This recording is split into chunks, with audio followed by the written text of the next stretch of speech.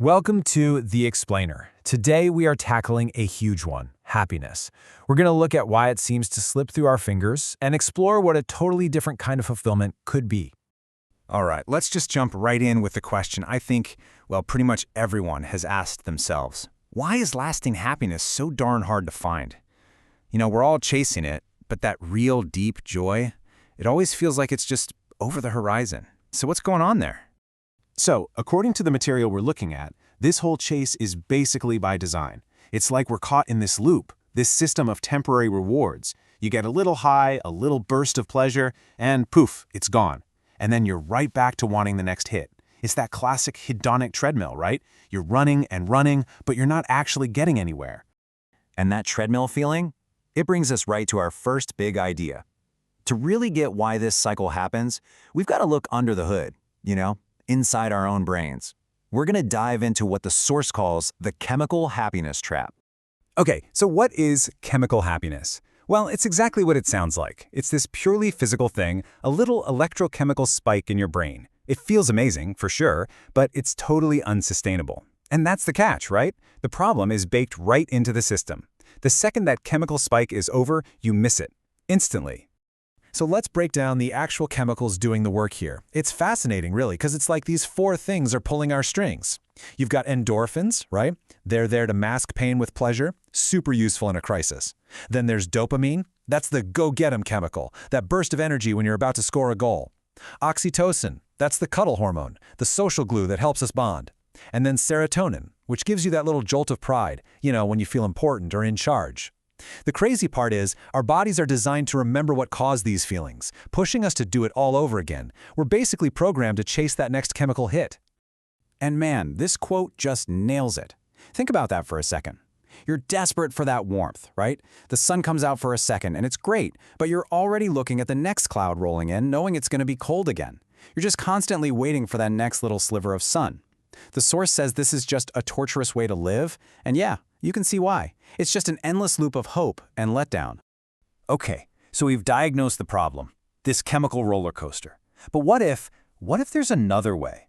What if we've been barking up the wrong tree this whole time? The source material we're looking at says yes, there is another way, and it has nothing to do with the fleeting chemistry of our bodies, and everything to do with the soul. And this is where things get really interesting. We've got a clear side-by-side comparison here. On one side, you've got chemical happiness. Think of it like a lightning strike. It's a spike, it's temporary, and it's always followed by a crash. It's a reaction to something. But on the other side, we have what the source calls mystic feelings. This isn't a spike. It's a steady flow, like a river. It's sustainable. It's not a reaction. It's a constant state of being. And this is the key takeaway, really. This deeper, sustainable joy doesn't need a low for you to appreciate the high. I love the analogy here. A beautiful choir doesn't need to suddenly start clanging pots and pans for you to know the music is beautiful. You just know. True peace isn't just what's left when the fighting stops. It's a powerful, positive feeling all by itself. It's its own reward.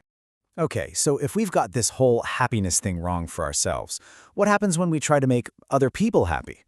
Well, that leads us right into our next section, where we look at a way of doing good that, while it means well, might be totally missing the point. And this idea has a name, goodism. I mean, it sounds great, doesn't it? Goodism. It's that natural impulse we have to help people get what they want so they can get that little jolt of chemical happiness. You see someone who's down and your first thought is, how can I fix this for them? How can I satisfy their desires so they feel better? But, and this is a big but, here's the flaw. Goodism is all about treating the symptoms. It's putting a bandage on the problem, the lack of chemical happiness, without ever looking at the root cause. It's so focused on fulfilling these temporary human wants that the deeper needs of the soul get completely ignored. And think about this. By swooping in to save someone from all their pain, we might actually be stopping them from learning a really important lesson their soul came here to learn. So, okay, chemical happiness is a trap. Goodism is a flawed strategy. So what's the answer? Where do we find these sustainable mystic feelings? Well, according to the source, we don't need to look far. The answer is already inside us. And this is where the whole thing pivots.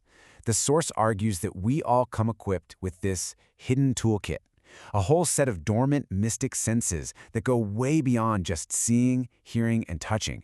They're described as these gift-wrapped potentials just sitting there, waiting for us to unwrap them and actually learn how to use them.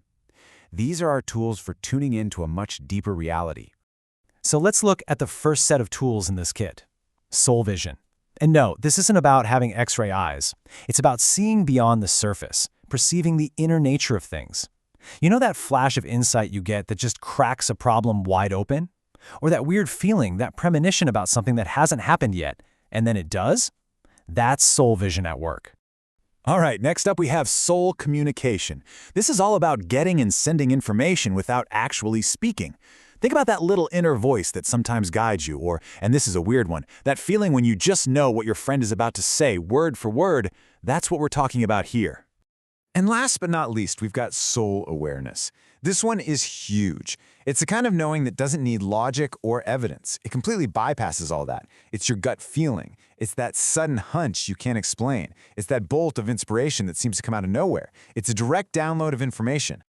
Okay, those are the big categories. But let's get more specific.